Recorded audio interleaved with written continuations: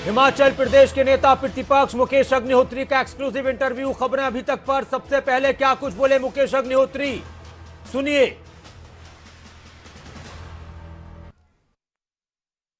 हिमाचल प्रदेश में विधानसभा चुनाव परिणाम आ गए हैं और कांग्रेस के पक्ष में जो परिणाम आए, इस वक्त मेरे साथ बातचीत करने के लिए मौजूद हैं मुकेश अग्निहोत्री जी। मुकेश जी, बहुत बहुत बधाई आपको। धन्यवाद। सर, कैसा लग रहा है, हिमाचल में वापसी हो गई है कांग्रेस की?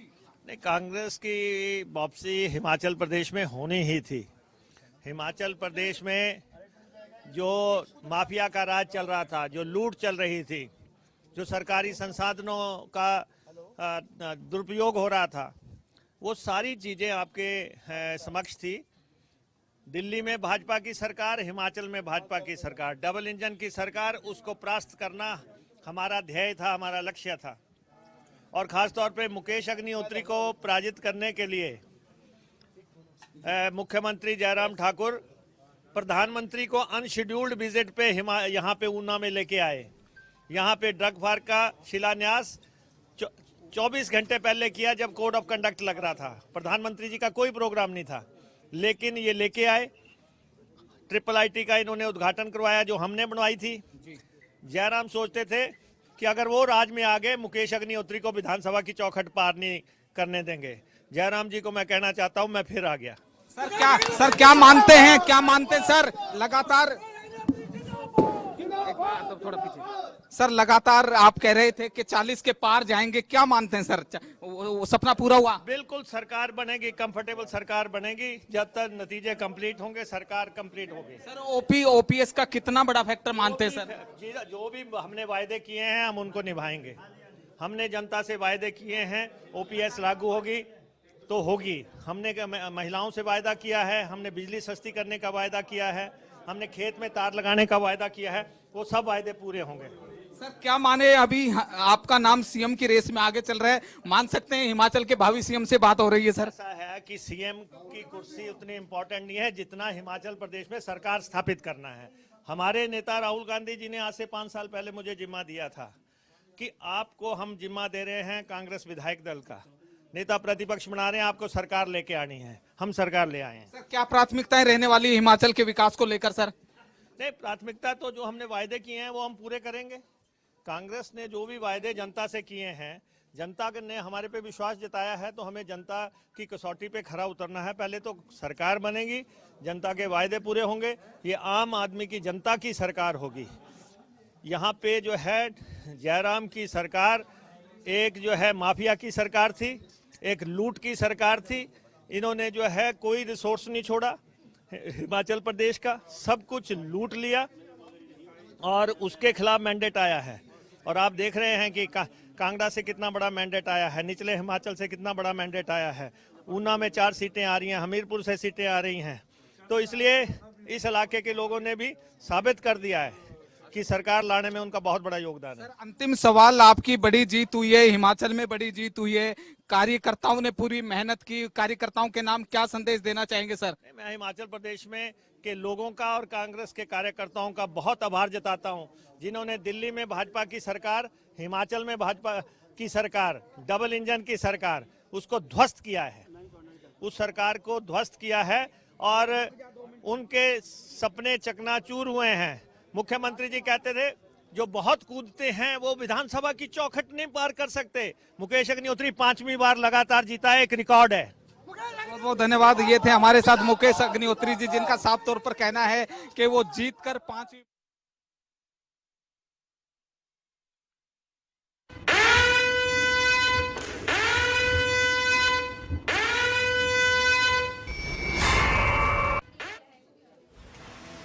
तो हिमाचल चुनाव पर मुख्यमंत्री मनोहर लाल का बयान, इस वक्त की बड़ी खबर अब आपको बता रहे हैं। सीएम ने हिमाचल में जीत की जताई उम्मीद।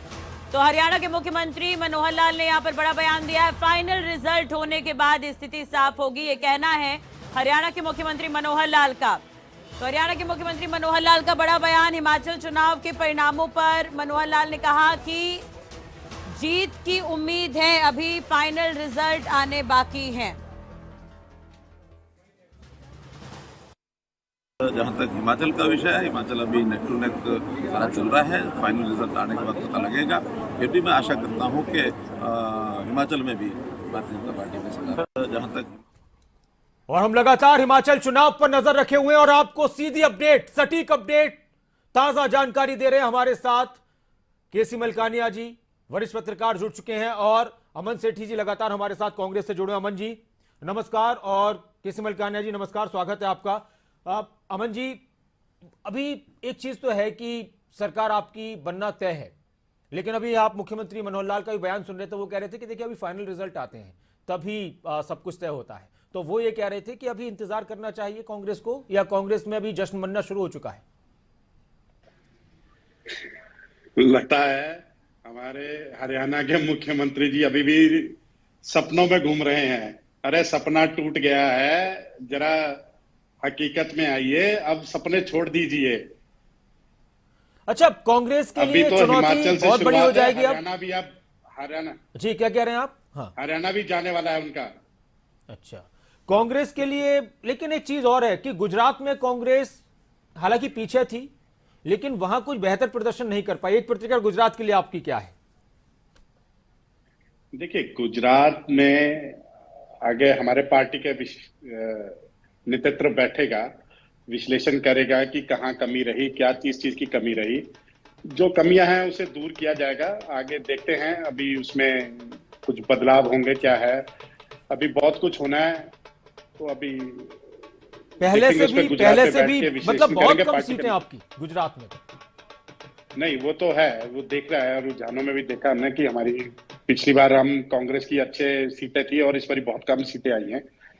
तो हमारा जो केंद्रीय नेतृत्व है वो बैठेगा और विश्लेषण करेगा एक बार कहाँ क्या कमी रही, कहाँ किस ग्राउंड पे कमी रही, संगठन में क्या है। तो वो सारा अपने देखेंगे हमारे केसी मलकानिया जी, नेता देखेंगे। केसी मलकानिया जी, हिमाचल प्रदेश के चुनाव के परिणाम पर क्या कुछ आपकी राय है? किस तरह से देखते हैं इस जीत और हार को, इस रुझान को? हिमाचल प्रदेश में प्रधानमंत्री मोदी जी ने अपना पूरा जोर लगाया कि जो रिवाज है, 5-5 साल बाद, लगभग पिछले 30 साल से सरकार जो है वो बदलती रही है, और इस बार भी लोगों ने उस रिवाज को कायम रखा, क्योंकि हिमाचल के लोग 5 साल के बाद देखते हैं कि इस पर सरकार ने क्या किया, हमारे लिए क्या कुछ किया। और जो भी सरकार सत्ता में होती है उससे लोगों को बहुत सारी आशाएं होती हैं, और सरकार जो है वो उन आशाओं के अनुकूल बड़ी मुश्किल से उतर सकती है। इस बार हिमाचल भारतीय जनता पार्टी में गुटबाजी बिल्कुल साफ थी। अच्छा, गुटबाजी ऐसी थी कि जो केंद्रीय मंत्री अनुराग ठाकुर जी हैं, उन्होंने जनसभा में कह दिया कि हमारी सरकार जो काम नहीं कर रही है, हम जो हैं वो केंद्र से योजना लाए कराते हैं, जैसे विश्वविद्यालय है, रेलवे के प्रोजेक्ट हैं, उनके लिए जमीन अधिग्रहण करना होता है, परंतु वो अधिग्रहण नहीं कर सकते हैं। तो जयराम ठाकुर ने उसके बाद जनसभा में ही कहा कि ये बातें जो है मिल बैठकर कर सकते हैं, और ये इन बातों को पब्लिक मंच पर नहीं लाना चाहिए। इसके अतिरिक्त जब अनाउंस हो गया कि जयराम ठाकुर जी के नेतृत्व में चुनाव लड़ा जाएगा, तब भी उन्होंने कहा कि इसका जो निर्णय है वो विधायक चुनावों के बाद करेंगे कि मुख्यमंत्री कौन होगा। वो अपने आप को मुख्यमंत्री की रेस में मानते थे। और जब सुजानपुर विधानसभा से प्रोफेसर प्रेम कुमार धूमल अपनी टिकट की दावेदारी ठोक रहे थे और एक साल से लगातार वो जनसभाएं कर रहे थे, इवन स्मृति ईरानी जी। मलकानिया जी, मैं आता हूं सर आपके पास। एक बड़ी खबर इस वक्त आ रही है चुनाव के रिजल्ट से जुड़ी हुई। देवभूमि का फैसला, एक और अहम खबर। जश्न मनाया जा रहा है, जश्न की तस्वीरें भी सामने आ रही है कांग्रेस खेमे से।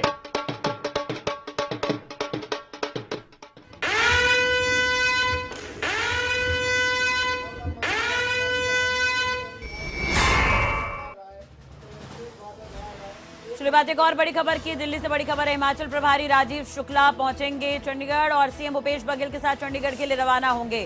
तो ये बड़ी और अहम खबर हम आपको बता रहे हैं। पूर्व मुख्यमंत्री भूपेंद्र सिंह हुड्डा चंडीगढ़ में पहले से ही मौजूद हैं, और भूपेंद्र हुड्डा और भूपेश बघेल को बनाया गया हिमाचल कांग्रेस का ऑब्जर्वर। तो सरकार बनती नजर आ रही है कांग्रेस की। चंडीगढ़ से सभी नेता एक साथ हिमाचल के लिए रवाना होंगे। तो कांग्रेस अब सभी को एकजुट करने में यहाँ पर जुटती हुई नजर आ रही है। तो बड़ी खबर दिल्ली से हिमाचल प्रभारी राजीव शुक्ला पहुंचेंगे चंडीगढ़। छत्तीसगढ़ के मुख्यमंत्री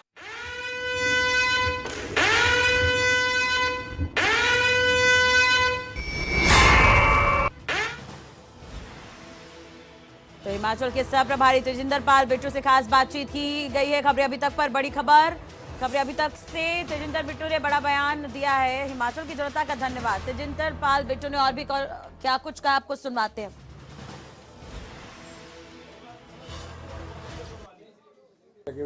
हिमाचल के सह प्रभारी तेजिंदर पाल बिट्टू जी हमारे साथ मौजूद हैं। सर, हिमाचल में बहुमत का आंकड़ा पार कर चुकी है कांग्रेस, किस तरीके से देखते हैं सर? जितनी आप लोगों ने मेहनत की थी उससे ज़्यादा कहीं ना कहीं परिणाम निकलकर सामने आ रहा है? क्योंकि ये आपको पता है बीजेपी वाले कैसे करते हैं, मनी पावर, मसल पावर सभी को यूज़ किया और आप हैरान हो गए। पूरा मंत्रिमंडल गवर्नमेंट ऑफ इंडिया का एक छोटी सी स्टेट के लिए वहाँ बिठा दिया इन्होंने।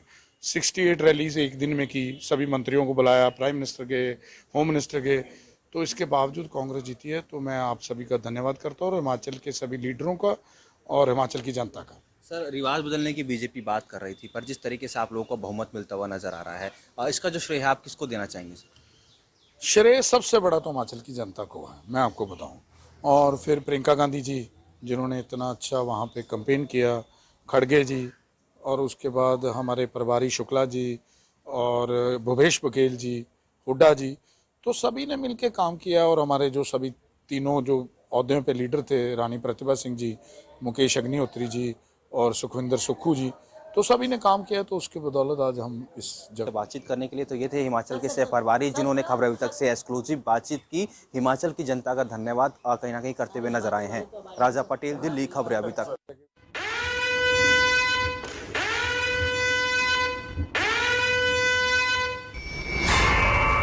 प्रदेश विधानसभा चुनाव को लेकर हिमाचल प्रभारी राजीव शुक्ला चंडीगढ़ पहुंचेंगे।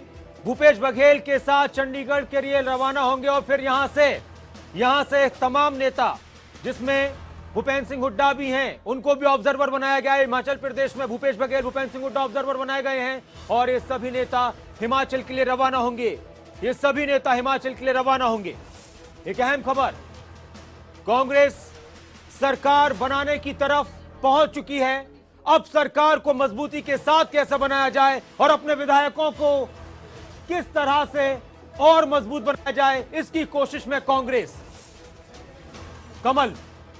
और बिल्कुल नासिर, एक बड़ी खबर आपने बताई है, लेकिन नासिर चर्चा में भी शामिल करना होगा हमारे मेहमानों को। आप भी जरूर जुड़िए, क्योंकि इस समय सबसे बड़ी बात यह है कि जीत की ओर आगे बढ़ रही है कांग्रेस पार्टी और रुझानों में तो सरकार बनती दिखाई दे रही है, लेकिन धीरे धीरे और तस्वीर साफ होगी।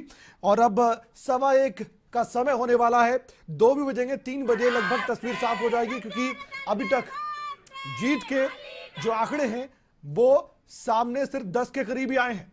रुझानों में कांग्रेस पार्टी बहुमत का आंकड़ा पार कर चुकी है। केसी मलकानिया साहब राजनीतिक विश्लेषक भी हमारे साथ जुड़े हुए हैं, और नासिर आप भी जुड़िएगा बीच में, कोई आपकी चर्चा में भागीदारी हो तो जरूर आइएगा, क्योंकि हमारे साथ इस समय चर्चा के लिए केसी मलकानिया साहब, जो कि हिमाचल प्रदेश पर निगाह टिकाए हुए थे, और 2017 का चुनाव भी हमें याद है मलकानिया साहब, और चुनाव अब 2022 का भी आ चुका है, और रिजल्ट का दिन भी और रुझानों का भी सिलसिला लगातार जारी है। क्या कहेंगे, इस बार का जो चुनाव है वो अलग दिखाई दिया? रिवाज बदलने की बात तो हुई, लेकिन रुझानों में तो कुछ नहीं दिखाई दिया। देखो, इस बार जो था वो हिमाचल में पिछले 30-35 साल से 5-5 साल का रिवाज चला आ रहा था कि 5 साल बाद सरकार बदलती है, परंतु मोदी जी जो है वो हिमाचल के प्रभारी रहे हैं, एक एक गांव में गए हैं और वो हिमाचल की जनता की नस नस को पहचानते हैं। परंतु इस बार देखा गया कि हिमाचल में जो भारतीय जनता पार्टी केडरवेस और अनुशासित पार्टी मानी जाती थी, परंतु इसमें अनुराग गुट, जयराम गुट, नड्डा गुट, ये 3 गुट सामने आए हैं, और इनके आशीर्वाद से कम 2 दर्जन के करीब जो हैं वो बागी नेता उतरे हैं। कोई भी पार्टी जो अनुशासित पार्टी होती है उनके अगर विद्रोही उम्मीदवार उतरते हैं तो किसी ना किसी का उसके पीछे आशीर्वाद होता है। तो इसलिए ऐसा लग रहा था कि अनुराग ठाकुर जी अपने आप को सीएम के तौर पे प्रोजेक्ट कर रहे हैं।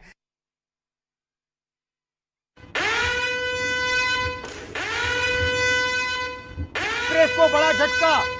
आशा कुमारी कांग्रेस की प्रत्याशी डलहौजी से चुनाव हार चुकी हैं। आशा कुमारी डलहौजी से चुनाव हार चुकी हैं। कांग्रेस की वरिष्ठ नेता, बड़ी नेता है कांग्रेस की, लेकिन उनको हार का सामना करना पड़ा है। एक बड़ी खबर इस रूप में कांग्रेस को एक झटका। डलहौजी से आशा कुमारी चुनाव हार चुकी हैं। ये एक बड़ी खबर कांग्रेस के लिए। कमल और नासिर, मैं एक सवाल आपसे पूछना चाहूंगा इस चर्चा में शामिल करके। आशा कुमारी वो नेता जो बहुत वरिष्ठ भी है, पंजाब में जब चुनाव लड़ा जाता था और उस दौरान भी प्रभारी के रूप में बड़ी जिम्मेदारी कांग्रेस पार्टी ने दी और अलग अलग जिम्मेदारी पर रही जब कांग्रेस की सत्ता होती थी केंद्र में तब भी, लेकिन उनका हारना किस तरह से देखते हैं नासिर? क्योंकि सीएम फेस की बात हो रही थी कांग्रेस पार्टी के भीतर, उनमें से इनकी भी भागीदारी और इनकी दावेदारी कम नहीं थी। नासिर जी, हमारे साथ हमारे जो गेस्ट हैं वो भी जुड़े हुए हैं और इस समय मलकानिया साहब भी जुड़े हुए हैं और बीजेपी के प्रवक्ता नरेश शर्मा भी जुड़े हुए हैं। नरेश जी, आप बेशक रुझानों में कांग्रेस आगे अभी तक दिखाई दे रही है और बीजेपी पीछे, अभी भी कोई उम्मीद है और इस पर भी प्रतिक्रिया कि आशा कुमारी हार गई?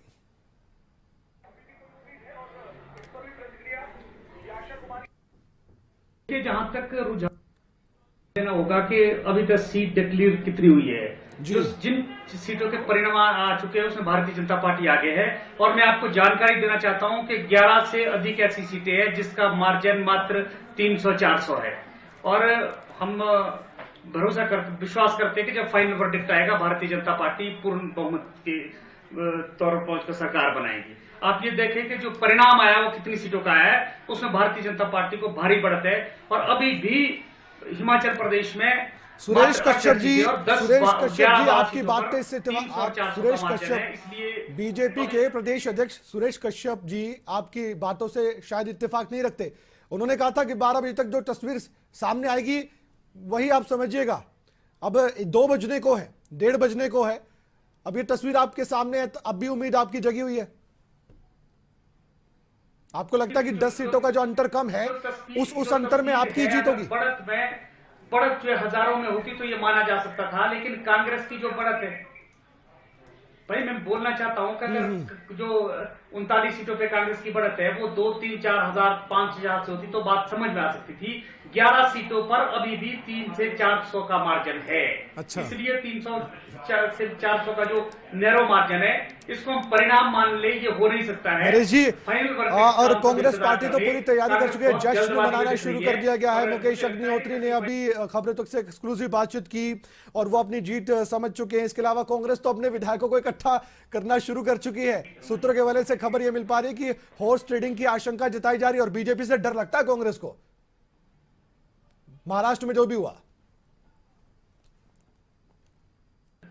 एक्चुअली बीजेपी से किसी प्रकार का डर नहीं है और जो हमारा अभी भी मानना है जो 300-400 का मार्जिन है वो निश्चित तौर पर जब वो अभी 2-3 राउंड लगभग हर कंस्टिट्यूंसी में होने बाकी है, 400 का मार्जिन कोई बहुत बड़ा मार्जिन नहीं है।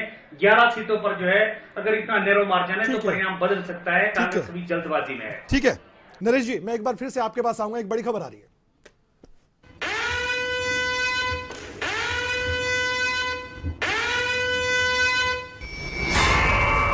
कांग्रेस के प्रत्याशी आशीष बुटेल की जीत। पालमपुर से कांग्रेस के प्रत्याशी आशीष बुटेल ने जीत हासिल की है। 5000 से ज्यादा वोटों से जीते हैं आशीष बुटेल। इस वक्त की एक और अहम खबर,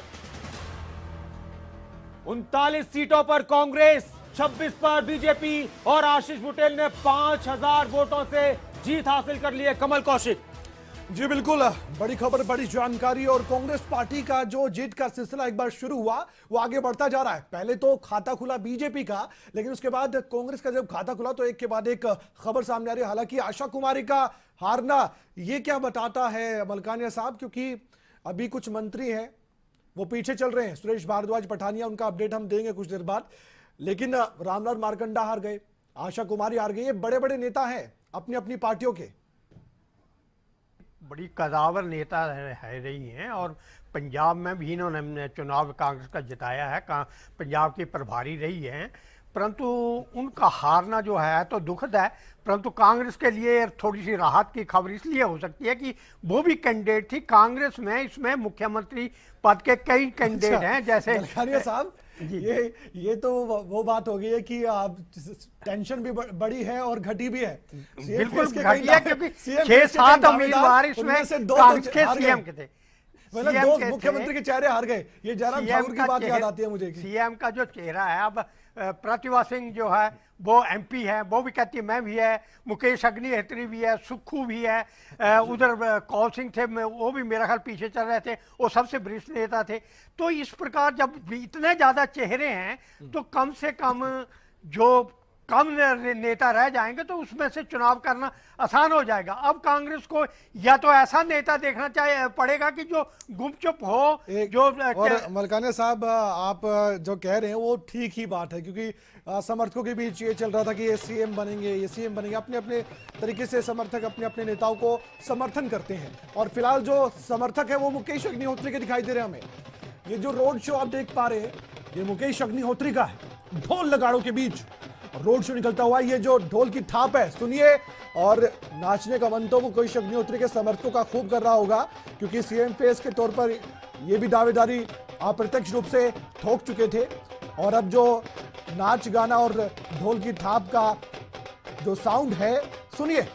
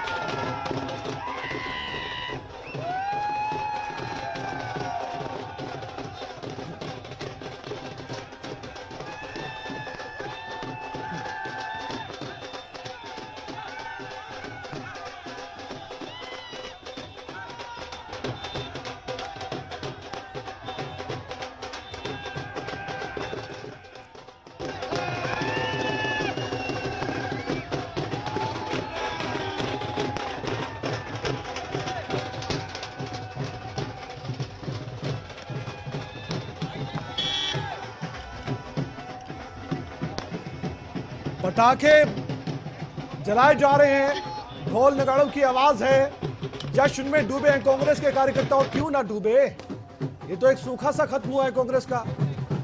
एक सुखद नतीजा हिमाचल प्रदेश से सामने आया, हालांकि गुजरात में करारी शिकस्त होती दिखाई दे रही है, लेकिन आलोक भांडोरिया खुद इस जश्न के बीच मौजूद है।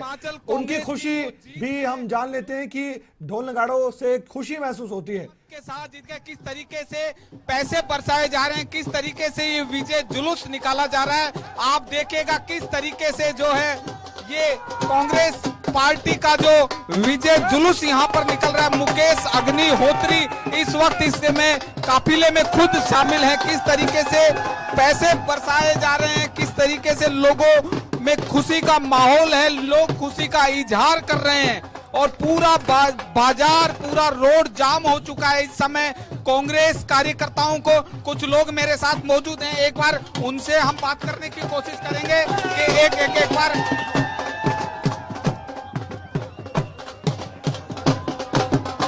एक बार कुछ लोगों से बातचीत करने की कोशिश करते हैं। मेरे साथ कांग्रेस कार्यकर्ता सैनी साहब है। सैनी साहब, जीत पार्टी की हुई है, क्या कहेंगे? ये जो जीत है जो कांग्रेस पार्टी की जीत है, हिमाचल प्रदेश के एक एक जन की जीत है। जो भ्रष्टाचार 5 साल भाजपा ने फैलाया और लोगों को मूर्ख बनाया, बार बार डबल इंजन की सरकार जो कहते थे, डबल इंजन की सरकार आज फेल हुई है। दावा कर रही थी कि इस बार फिर से हमारी सरकार रिपीट हो रही है। हिमाचल प्रदेश में कांग्रेस पार्टी की सरकार स्पष्ट बहुमत से बनने जा रही है।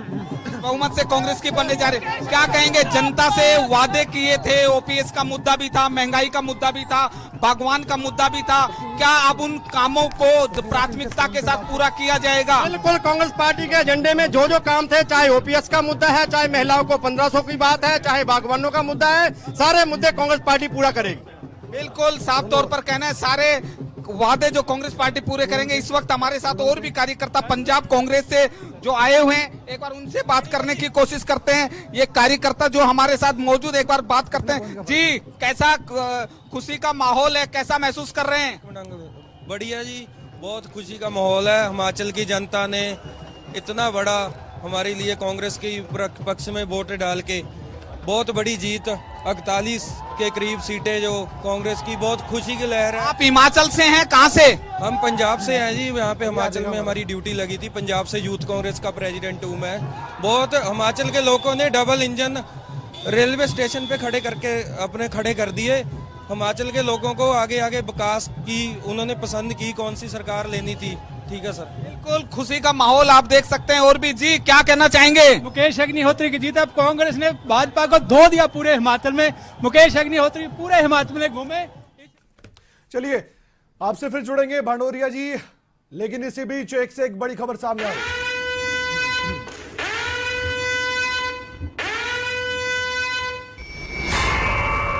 केएल ठाकुर निर्दलीय नालागढ़ से। खबर फतेहपुर से कांग्रेस प्रत्याशी भवानी सिंह पठानी आगे। भवानी सिंह 5,553 वोटों से आगे हैं। इस वक्त की एक और बड़ी खबर, बीजेपी के राकेश पठानिया पीछे चल रहे हैं। एक अहम खबर, एक बड़ी खबर।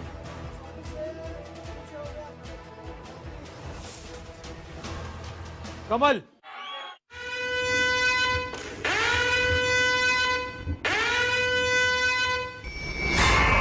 लगातार खबरें अभी तक पर, तमाम अपडेट सटीक। और सबसे पहले किन्नौर विधानसभा क्षेत्र से कांग्रेस उम्मीदवार जगत नेगी आगे हैं। 6,000 वोटों से जीत हासिल की है, तकरीबन 7,000 वोटों से जीत चुके हैं। एक बड़ी खबर, एक अहम खबर, जगत सिंह नेगी जीत हासिल कर चुके हैं और बीजेपी के उम्मीदवार को, सूरज सिंह नेगी को उन्होंने हराया है। एक और बड़ी खबर, आजाद उम्मीदवार, निर्दलीय उम्मीदवार तीसरे नंबर पर रहे। किन्नौर से कांग्रेस उम्मीदवार की जीत और कांग्रेस में जश्न का माहौल, आतिशबाजी। कमल, हो रही है, कांग्रेस के कार्यकर्ता अब सड़कों पर उतर आए हैं और अपना जश्न मना रहे हैं, खुशी जता रहे हैं। और क्यों ना हो, फिर मैं कहूंगा कि एक सूखा सा था। कांग्रेस को एक ऐसे राज्य में जीत की तलाश थी ताकि एक मैसेज जाए फ्यूचर में, भविष्य में, कि बाकी स्टेट में अगर चुनाव हो तो कांग्रेस फिर से बीजेपी का विकल्प बने। जैसे पहाड़ों में एक संजीवनी मिल गई हो कांग्रेस पार्टी को, एक ऐसी संजीवनी जो आने वाले वक्त में कांग्रेस पार्टी को फिर से मजबूती के साथ खड़ा कर सकती है। क्योंकि एक तरह से कांग्रेस पार्टी कई राज्यों से लुप्त हो गई थी। जैसे कि गुजरात का जो आज का नतीजा आ रहा है, उसमें भी कांग्रेस पार्टी को ज्यादा उम्मीद बेशक हो या ना हो, वो अलग मसला है, लेकिन वहां पर निराशा हाथ लगी है। लेकिन एक उम्मीद की किरण जगी है हिमाचल प्रदेश से, क्योंकि आने वाले वक्त में हरियाणा में भी चुनाव होंगे, आने वाले वक्त में राजस्थान में भी चुनाव है, छत्तीसगढ़ में भी होंगे। और छत्तीसगढ़ राजस्थान में तो सत्ता में कांग्रेस पार्टी है। अगर वहां फिर से जीतना है तो एक संदेश ऐसा जाना चाहिए कि विकल्प अभी भी कांग्रेस पार्टी बनी हुई है। और यहां से कांग्रेस पार्टी के नेताओं को, प्रवक्ताओं को एक बात कहने को मिल जाएगी कि हम हिमाचल प्रदेश में जीते हैं और कांग्रेस पार्टी ने बीजेपी को मात दी हिमाचल प्रदेश में। रुझान जो बता रहे हैं वो उसके मुताबिक ये जश्न जायज है कांग्रेस पार्टी के नेताओं का, कार्यकर्ताओं का। लेकिन मंथन करना होगा बीजेपी को अपने स्तर पर। हालांकि बीजेपी के प्रवक्ता अभी जुड़े हमारे साथ, वो कह रहे हैं कि ज्यादा अंतर नहीं है अभी रुझानों में वोटों का। अगर वो अंतर कम होता है तो बीजेपी 7 से 8 आगे बढ़ सकती है, आंकड़ा बढ़ सकता है बीजेपी का। लेकिन अभी रुझानों के हिसाब से जो लीड बन रही है उसके हिसाब से कांग्रेस पार्टी सत्ता में आ रही है। रोड शो हमने देखा मुकेश अग्निहोत्री का, कांग्रेस कार्यकर्ताओं का यह हौसला दिखाई दे रहा है कि वो जश्न मनाते हुए सड़कों पर उतर आए नजर आ रहे हैं और पटाखे जलाए जा रहे हैं। देखिए आप।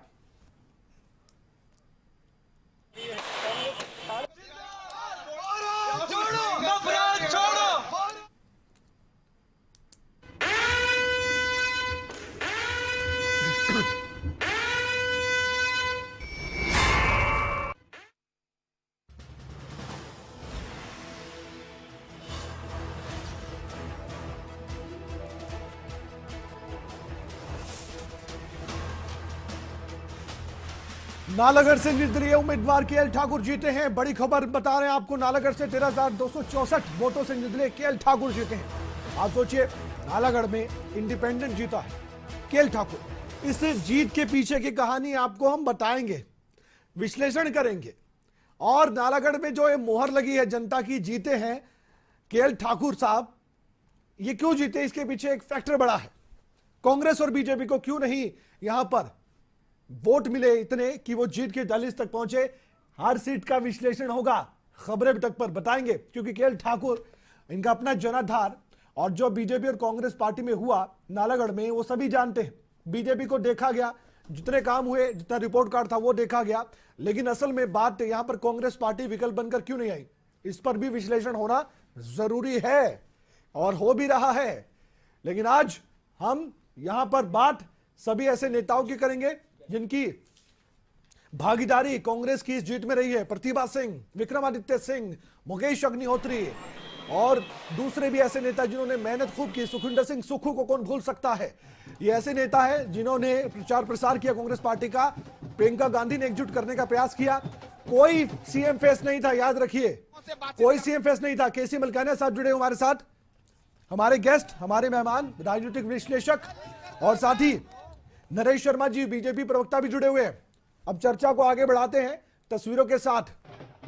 नरेश जी, मेरी आवाज आ रही है आप तक? जी जी जी। नरेश जी, अभी रुझानों में वहीं जस का टस रिजल्ट बना हुआ है। मैं रुझान की बात कर रहा हूं, रिजल्ट की बात नहीं कर रहा। 39 पर कांग्रेस पार्टी, 26 पर आप।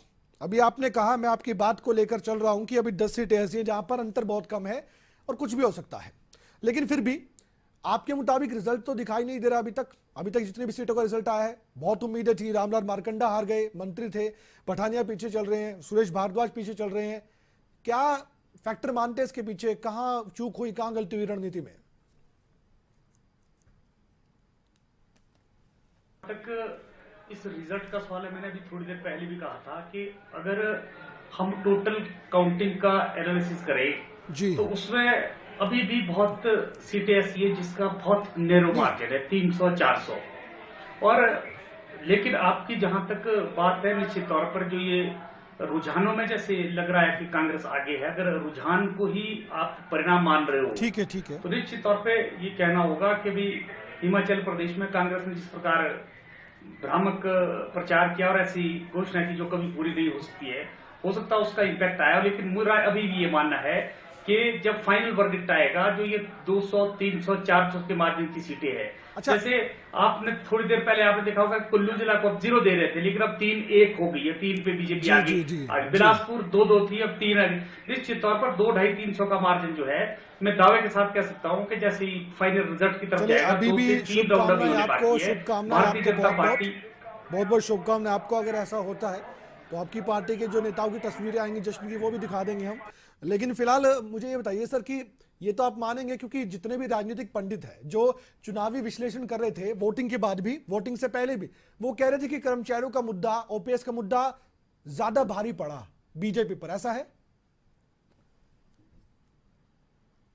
ओपीएस एक मुद्दा कांग्रेस ने बनाया निश्चित तौर पर, और बाकी क्योंकि विकास के नाम से कांग्रेस हिमाचल प्रदेश में डिबेट करने के लायक नहीं थी।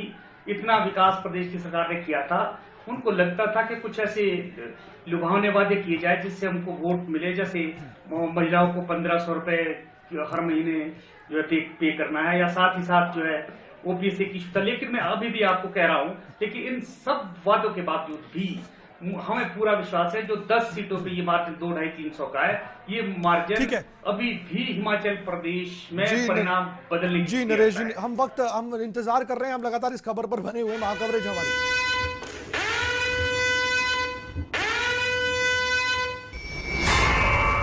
हिमाचल प्रदेश 2022 चुनाव का रिजल्ट, एक और अहम खबर, 3 मंत्री हारे हैं। डॉक्टर रामलाल मारकंडा लाहौल स्पीति से चुनाव हार चुके हैं।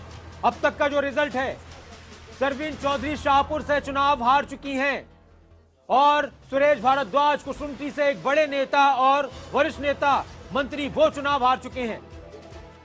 तो मुख्यमंत्री जयराम ठाकुर के 3 मंत्री चुनाव हार चुके हैं। एक बड़ी खबर, एक अहम खबर। जी कमल,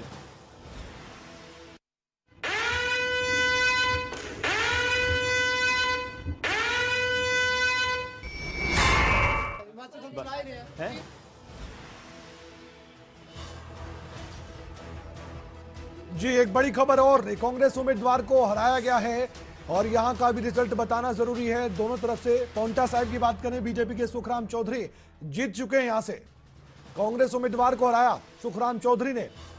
और इसके अलावा पांवटा साहिब से एक अच्छी खबर बीजेपी के लिए अब सामने आई है। हम चर्चा को आगे बढ़ा रहे थे और जो एक बड़ी खबर थी वो काफी अहम थी कि 3 मंत्री हारे हैं। नरेश जी, इस पर भी मैं सवाल आपसे कर लूं, जो रिपोर्ट कार्ड था क्या वो अच्छा नहीं था?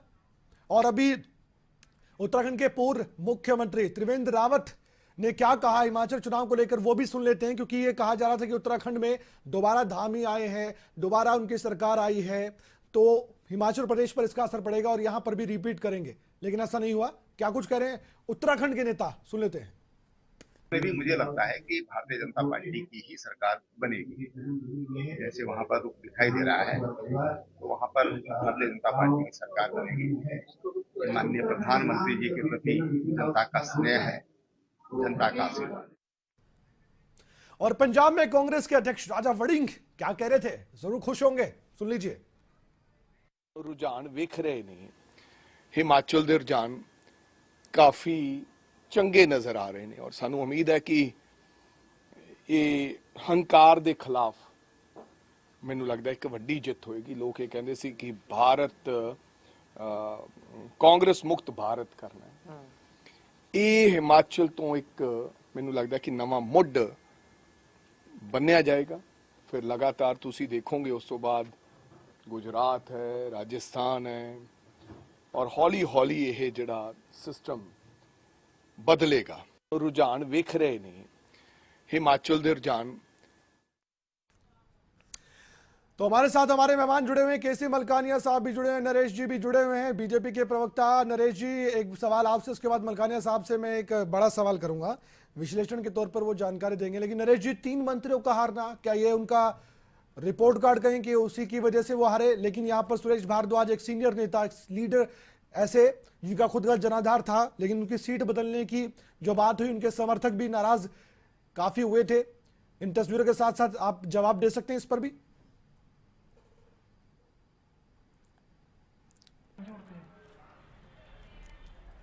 नरेश शर्मा जी। जी हाँ जी नरेश जी, मैं उन मंत्रियों की बात कर रहा हूं जो हार गए। सरवीन चौधरी हार गई, सुरेश भारद्वाज जी हार गए, रामलाल मारकंडा जी भी हार गए।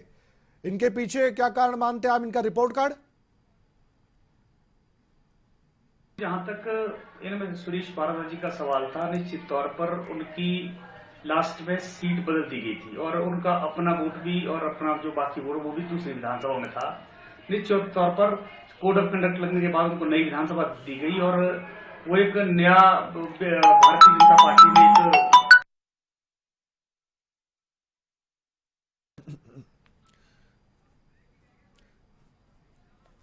अब ये जश्न की तस्वीर दिखा रहे हैं।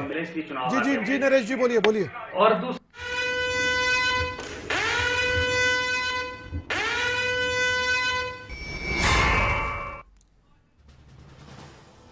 को लेकर ब्रेकिंग, विधानसभा ज्वाली में 11 राउंड पूरे हो चुके हैं। कांग्रेस प्रत्याशी चौधरी चंद्र कुमार 3000 से ज्यादा वोटों से आगे हैं। कांग्रेस के प्रत्याशी को 35,848 वोट मिले हैं और बीजेपी के उम्मीदवार को 32,000 के करीब वोट मिले हैं। यहां भी कांग्रेस के प्रत्याशी की जीत लगभग तय है। ज्वाली से एक बड़ी खबर, एक अहम खबर, कमल जी। नरेश जी भी हमारे साथ जुड़े, बीजेपी के प्रवक्ता, और उन्होंने भी कहा था कि अंतर कुछ ज्यादा नहीं है, लेकिन यहाँ पर अंतर 2-3 हजार का कई जगह है, कई जगह सैकड़ों का भी है और सैकड़ों का बड़ा अंतर नहीं माना जाता। नरेश जी, अपनी बात पूरी कीजिए। मंत्रियों को लेकर एक सवाल किया था मैंने कि उनकी हार क्यों हो रही है। नरेश जी से हम जुड़ेंगे। मलकानिया साहब, यहां आप क्या मानते हैं कारण, जो मंत्री आ रहे हैं? सुरेश भारद्वाज का तो समझ में आता है कि अचानक सीट बदल दी, वो खुद भी हैरान थे जब उनसे सवाल किया गया था, उनके समर्थक तो नाराज थे और वो रिजल्ट सामने है। सरवीन चौधरी, रामलाल मारकंडा, ये क्यों हारे? कई बार ऐसा होता है कि भाजपा जो है वो सख्त निर्णय ले लेती है। इसको जो सुरेश भारद्वाज ये सांसद भी रह चुके हैं और वो मंत्री भी थे, परंतु शिमला से उनकी जब सीट बदल दी गई और वहाँ चले गए तो उनको साफ लगता था कि ये सीट मुझे निकालना मुश्किल है। ऐसा ही हमीरपुर में भी हुआ था जब प्रेम कुमार धूमल हमीरपुर से चुनाव लड़ते थे और वहाँ से जीते थे, उनकी सीट बदल दी गई थी सुजानपुर की, और सुजानपुर की जनता ने कहा कि आप तो मुख्यमंत्री के कैंडिडेट हैं, हम आपको जिताएंगे। ओवर कॉन्फिडेंस था लोगों में। अब भी हम देखते हैं कि जो मैं अब हिमाचल में गया था तो लोगों में ऐसा था कि अब बदलाव आएगा, परंतु जो फेसबुक और जो सोशल मीडिया है उस पर कल तक ये खबर रही है इसकी जीत पक्की है, केवल गिनती बाकी है, परंतु जो चुनाव हैं परिणाम है उसके विपरीत आ रहे हैं। तो हिमाचल की जनता जो जब भी मैंडेट देती है तो बिल्कुल क्लियर देती है, और हिमाचल में कभी भी तीसरी पार्टी, एक बार हिमाचल विकास पार्टी जो सुखराम की थी वो 2-3 सीटें ले गई थी, तो सरकार बनाने में साहब आपने याद दिला दिया, हमारी पार्टी भी चुनाव लड़ रही थी, आपने याद दिलवा दिया। हाँ, वरना याद नहीं आ रही थी, नजर ही नहीं आ रही है वो। तो हिमाचल विकास पार्टी ने 2-3 सीटें ली थी, उसके बाद मर्ज हो गई थी वो भाजपा में। अब भी जो मंडी से है, मंडी में भाजपा ने बड़ा अच्छा प्रदर्शन किया। पहले मंडी जो था वो कांग्रेस का गढ़ था, और कांगड़ा हमीरपुर ये जो जिले हैं ये भाजपा के गढ़ माने जाते हैं। एक वोटर की मानसिकता आपसे समझना चाहूंगा मलकानिया साहब, आप बहुत एक्सपर्ट है, आपने कई चुनाव देखे, कई चुनाव का विश्लेषण किया। ये क्या मानसिकता रहती है कि 5 साल एक पार्टी, 5 साल दूसरी पार्टी, और वो राष्ट्रीय पार्टियां ही, एक पुरानी पार्टी, एक सबसे बड़ी देश की पार्टी, और 4 दशकों से ऐसा चल रहा है, तीसरी पार्टी को यहां पर आने नहीं दिया जाता, ना कोई तवज्जो दी जाती है। एक वोटर की मानसिकता समझना चाहूंगा आपके जरिए में। जो हिमाचल की जनता है वो त्रिशंकु विधान सभा नहीं चाहती कि तोड़ फोड़ होती रहे, वो चाहते हैं जिसको भी लाना है खुलकर लाए। और 5 साल तक किसी भी पार्टी की सरकार को हिमाचल की जनता परखती है, परंतु आप जानते हैं कि जो भी सरकार सत्ता में होती है हर किसी के सपने जो है वो पूरे नहीं कर सकती, और थोड़ा सा अहंकार आ जाता है। जो भी नेता है, अब 2-3 ऐसे मंत्री हैं या एक हैं वो बार बार चल रहे हैं, उनमें अहंकार है, वो मिलना यहाँ जो आम जनता है, आम कार्यकर्ता उनसे मिलते तक नहीं है। वो लगता है कि हमारा स्टेटस जो है वो बहुत ऊंचा है। जयराम ठाकुर की ये पहचान नहीं थी मलकानिया साहब जी, एक ऐसे मुख्यमंत्री थे वो जो खुलकर जनता के बीच जाते थे और जनता से बातचीत खुलकर किया करते थे, एक संवाद उनका स्थापित होता था। तो ये हम कह सकते हैं कि अगर हार का ठिकरा फोड़ना पड़े किसी को भी तो जयराम ठाकुर पर पूरी तरह से नहीं फोड़ा जा सकता। नहीं, जयराम ठाकुर मंडी में देखो बिल्कुल क्लीन स्वीप कर गए, मंडी में बहुत अच्छा रहा। भाजपा जो है वो मेरा ख्याल 10 की 10 नहीं तो 9 सीटें तो जीत रही है, और जो हमीरपुर संसदीय क्षेत्र है उसमें जो भाजपा की स्थिति है वो खराब डामाडोल है। तो इस तरह हुआ है कि जब हम देखते हैं, और यहाँ ये भी फैक्टर गया कि प्रेम कुमार धूमल जो वो हमारे नेता है अच्छे, और उनको युद्ध भी नेगेटिव भी लोगों ने वोट डाला कि ये महसूस हो जाए कि धूमल के बिना जो है।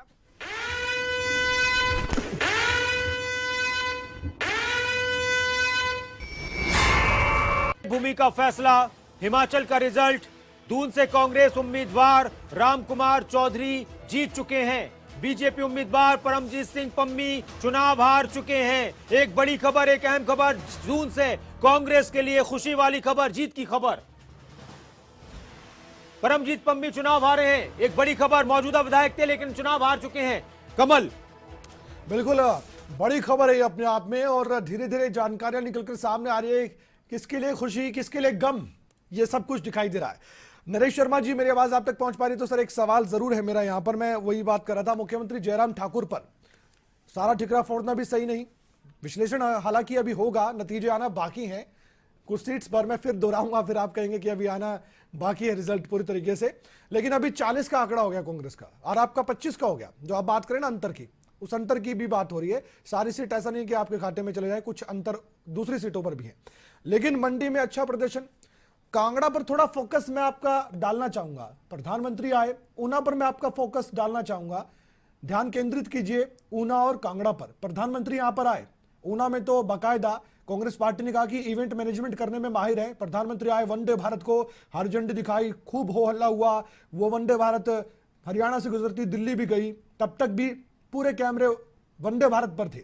उसके बाद बड़ी रैली हुई, जनसभा हुई, उसका कोई असर, कोई जादू नहीं दिखाई दिया। कह रहे थे मोदी लहर चल जाएगी, लेकिन ऐसा कुछ दिखाई नहीं दिया अभी तक रुझानों में। जहां तक पर्टिकुलर जो है कांगड़ा हमीरपुर की आप बात कर रहे हैं, जो भी फाइनल परिणाम आएगा निश्चित तौर पर पार्टी इसका विश्लेषण करेगी।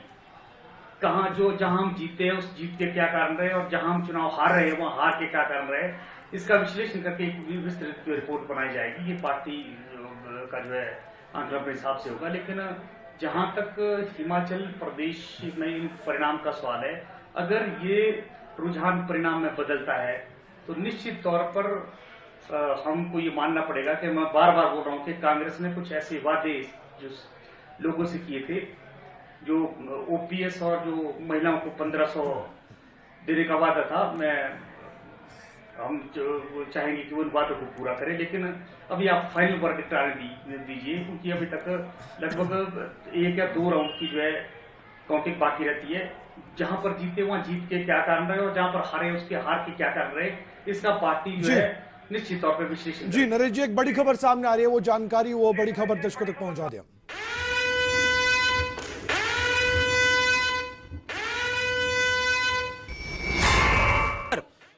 कैबिनेट मंत्री महेंद्र ठाकुर के बेटे चुनाव हार चुके हैं। महेंद्र सिंह ठाकुर के बेटे रजत ठाकुर चुनाव हारे। बीजेपी प्रत्याशी रजत सिंह ठाकुर धर्मपुर विधानसभा से चुनाव हार चुके हैं। अपने बेटे को उन्होंने टिकट दिलवाया था, बेटी नाराज हो गई थी, लेकिन अब खबर यह है कि रजत ठाकुर चुनाव हारे हैं। बेटी भाई को टिकट देने से नाराज थी, वो भी चाहती थी, लेकिन महेंद्र सिंह ठाकुर के बेटे को टिकट मिला था रजत ठाकुर को, और वो चुनाव हारे। एक और बड़ी खबर, एक और झटका, बीजेपी का लगभग एक तरीके से एक और मंत्री हारे हैं मंत्री के रूप में, क्योंकि खुद के बेटे आ रहे और खुद टिकट न लेकर उन्होंने टिकट दिलवाया था। एक बड़ी खबर। कमल मलकानिया साहब, परिवारवाद की राजनीति नहीं चलेगी क्या हिमाचल प्रदेश में? सवाल इसलिए, चंपा ठाकुर हार गई, कौल सिंह ठाकुर की बेटी कौल सिंह ठाकुर हार गए, और यहां पर महेंद्र सिंह ठाकुर के बेटे हार जाते हैं। परिवार की एग्जाम्पल दोनों तरफ है। परिवार की राजनीति तो दोनों तरफ है, चाहे आप अनुराग ठाकुर पे उंगली उठा लें, चाहे इधर उठा लें महेंद्र सिंह या दूसरे जो भी है। परिवार की राजनीति नहीं चलती है, लोग पसंद नहीं करते, किसी दूसरे को भी मौका मिलना चाहिए। परंतु जहां जिन लोगों ने काम किया है उनको लोग जो है दोबारा चुनते हैं और उनसे दूर नहीं भागते। परंतु चाहिए कि आम जनता को भी मौका मिले। अगर परिवार ही आगे बढ़ता रहा तो आम जनता कहां जाएगी, दूसरे कार्यकर्ता कहां जाएंगे? कार्यकर्ता नाराज होते हैं। इस बार भी ऐसा हुआ है कि भारतीय जनता पार्टी के नेताओं ने अपनी पसंद के उम्मीदवारों को टिकट दिलवाए हैं, और कम से कम बीजेपी के 2 दर्जन के करीब, मतलब 1/3 जो है विधानसभा का 1/3 जो है, इतने लोग विद्रोही उम्मीदवार चुनाव मैदान में उतरे हैं। तो ये जो उम्मीदवार उतरे, इन्होंने अगर वो जीते नहीं है तो उन्होंने कांग्रेस को जिताने में जरूर मदद की है। अच्छा। और भारतीय जनता पार्टी एक अनुशासित पार्टी गिनी जाती थी, केडर बेस गिनी जाती थी, तो इसमें विद्रोही उम्मीदवार तब तक नहीं उतर सकता जब तक किसी नेता का आशीर्वाद उसे नहीं हो। तो ये जो विद्रोह है, ये भारतीय जनता पार्टी का बहुत बड़ा कारण है। इसके साथ साथ अहंकार एक फैक्टर निकलकर सामने आ रहा है। चलिए, बीजेपी अपने स्तर पर करेगी विश्लेषण, लेकिन हम भी विश्लेषण करने के लिए बैठे हैं। शुरुआती तौर पर जनता भी सोच रही होगी क्या कारण रहे, क्या वजह रही, उस पर हम विश्लेषण कर रहे हैं। एक मैं आपको पूछूंगा, एक जो लिस्ट बनाई गई प्रत्याशियों की, क्या उसमें गड़बड़ थी? दूसरा ये कि जो बागी थे बीजेपी के, उन्होंने डेंट मारा बहुत तगड़ा, उसके बाद ये रिजल्ट सामने आ रहा है, रुझान सामने आ रहे।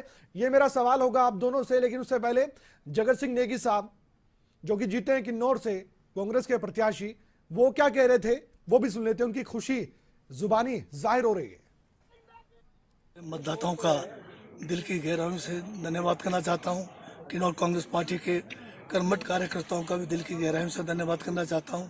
और जहां तक मेरे अपने निर्वाचन क्षेत्र का भविष्य में जो विकास की बात है, इसको जिला जो है जिला किन्नौर को हिंदुस्तान का नंबर 1 जिला हर प्रकार से बनाने का मेरा विजन है।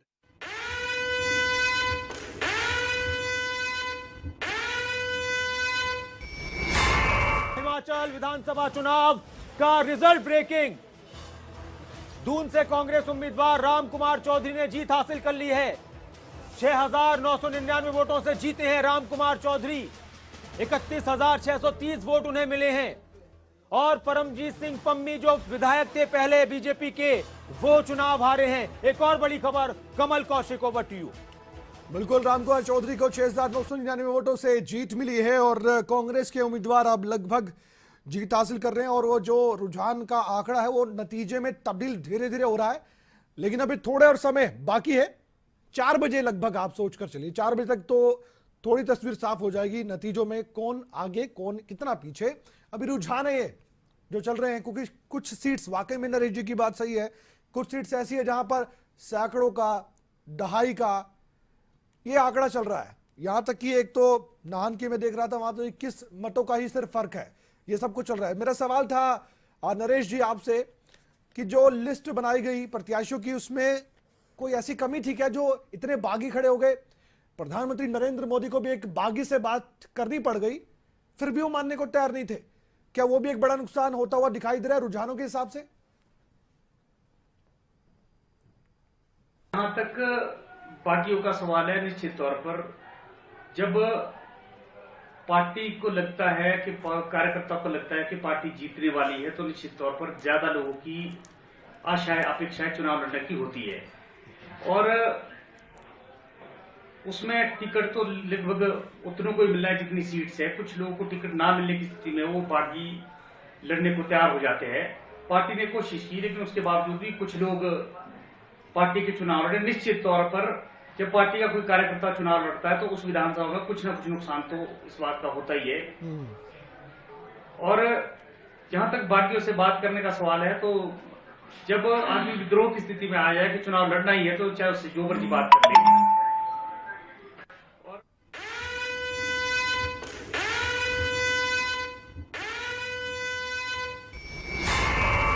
पहले breaking news, result breaking, Nahan से बीजेपी के राजीव बिंदल आगे हैं।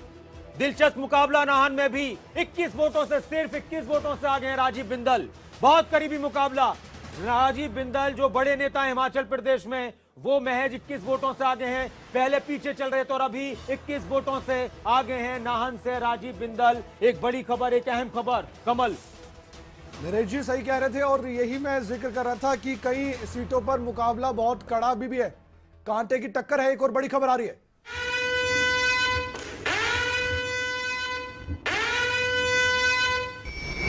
खबरें अभी तक पर कांग्रेस बहुमत की तरफ लगभग थे। हिमाचल में कांग्रेस का पूर्ण बहुमत लगभग थे। कांग्रेस खेमे में जश्न की लहर। हिमाचल में नहीं बदला रिवाज। कांग्रेस नेताओं का यह कहना है, हिमाचल में नहीं बदला रिवाज। जनता ने अपने रिवाज को कायम रखा है। जनता ने अपने रिवाज को कायम रखा है। एक बड़ी और एक अहम खबर, कांग्रेस खेमे में जश्न, कमल। और नारेबाजी हो रही है, ढोल नगाड़े की थाप में नाच रहे हैं कांग्रेस के कार्यकर्ता। ये हम दिखाई दे रहा है और दिखा सकते हैं। एक बार आप सोचिए और समझिए कि हिमाचल में क्या हुआ। ये क्या पहले से ही सोचा समझा एक प्लान था कांग्रेस पार्टी का कि सत्ता विरोधी लहर का फायदा उठाया जाए और ऐसे ऐसे वायदे किए जाए जो लुभाएं लोगों को हिमाचल प्रदेश के? कैसे ढोल नगाड़े बज रहे हैं, सुनिए पहले।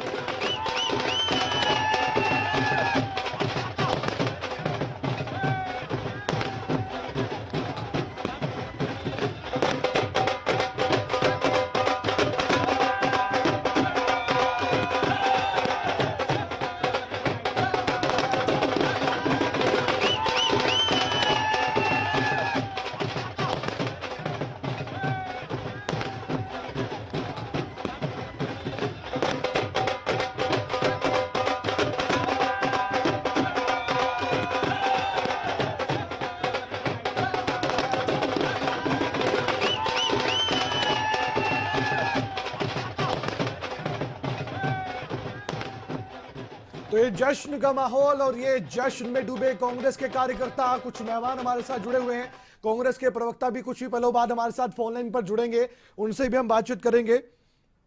और फिलहाल हमारे साथ नरेश जी जो लगातार बीजेपी के प्रवक्ता जुड़े हुए हैं, केसी मलकानिया साहब भी जुड़े हैं। नरेश जी, अभी बहुमत का आंकड़ा रुझानों में पार करने वाली कांग्रेस पार्टी जरूर सोच रही होगी अब आगे क्या करना है अगर जीत जाते हैं तो।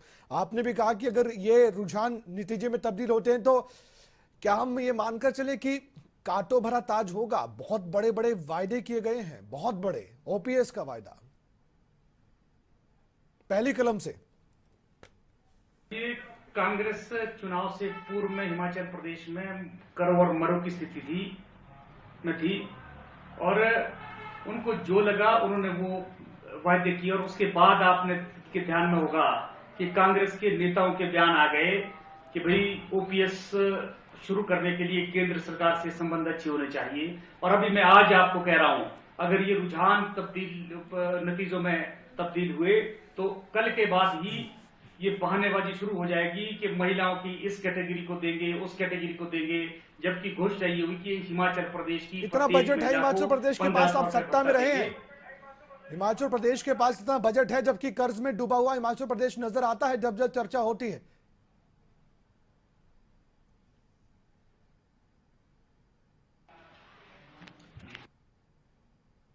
नरेश जी,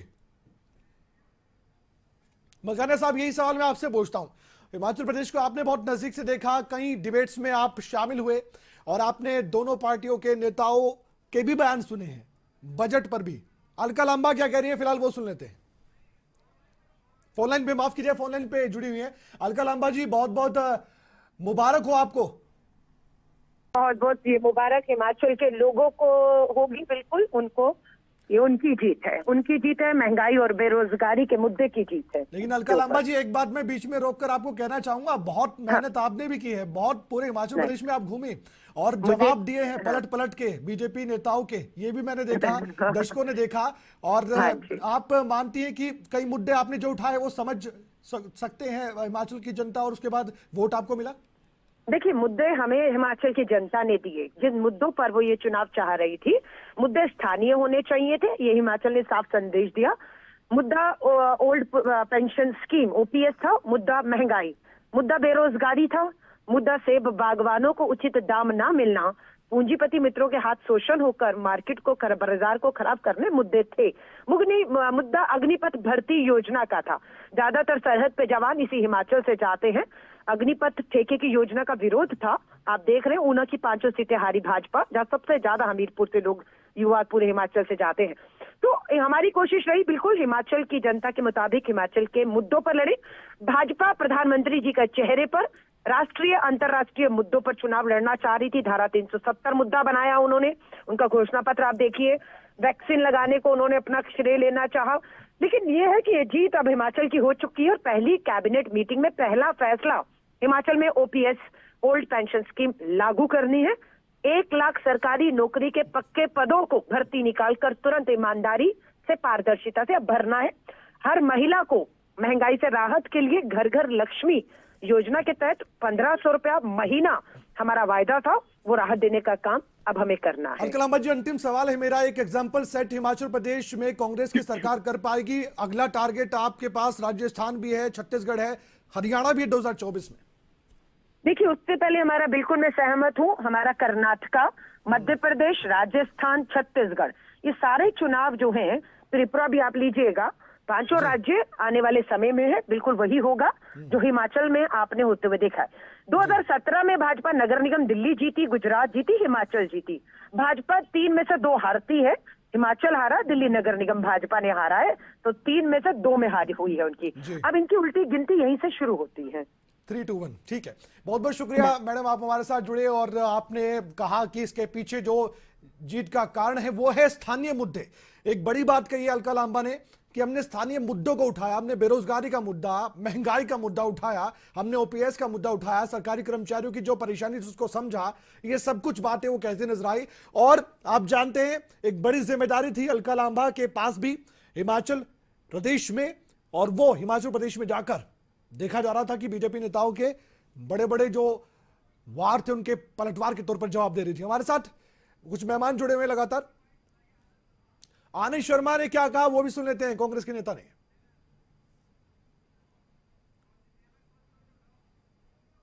जनता को मैं इसके लिए सही मायने में इस जीत की बधाई देता हूं कि उन्होंने परखा, देखा और कांग्रेस को मत दिया। आप हिमाचल से आते हैं और इस जीत के एक चीफ आर्किटेक्ट में से एक हैं। नहीं, हमने प्रचार किया और मुझे खुशी ये है कि जहां जहां मैंने प्रचार किया सबके सब जीत गए। इस रिजल्ट को आप सर कैसे देखते हैं आपके हिसाब से, जिस तरीके का रिजल्ट आया है हिमाचल के लिए और कांग्रेस के लिए, आप कैसे इसको बात? ये देखिए, क्योंकि हम इस चीज़ को नज़रअंदाज नहीं कर सकते कि हमारी एक बहुत बड़ी पराजय गुजरात में हो गई, तो उसके साथ साथ हिमाचल में भी इनकी सरकार थी। हिमाचल में इन्होंने जैसा प्रचार किया है आप सबने देखा, देश ने देखा। मैंने जब से संभाला होश और जब से वोट डाला, मैंने ऐसा प्रचार और ऐसा भरपूर साधनों का किसी भी राजनीतिक दल के द्वारा। बात तो ठीक है, 68 विधानसभा क्षेत्र, 68 रैलियां, प्रधानमंत्री का दौरा, केंद्रीय मंत्रियों का आना, जेपी नड्डा का आना, केंद्रीय मंत्री अनुराग ठाकुर का गली गली घूमना, क्या सब कुछ काम नहीं आया?